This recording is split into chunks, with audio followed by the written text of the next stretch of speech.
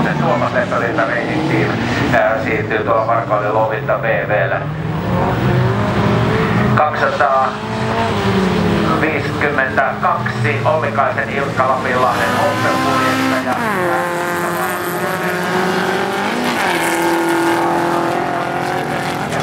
Tuolle 252 mustavalkoinen eli varoitus painamisesta. Lähtöä 3, nuorten 3 alkuerä lähtöä. Ajetaan 3 parasta suoraan tuonne välieriin, mutta he ovat vauhtia keräilyn erään lähdöissä. Näin siellä tullaan kärjen osalta jo tuossa keskialueella ja kyllähän siellä näyttää Hiltusen Tuomas 204 vetämään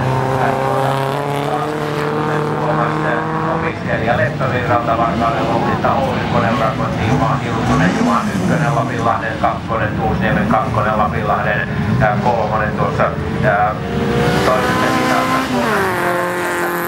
tulee Hiltunen Tuomas Ykkösenä sitten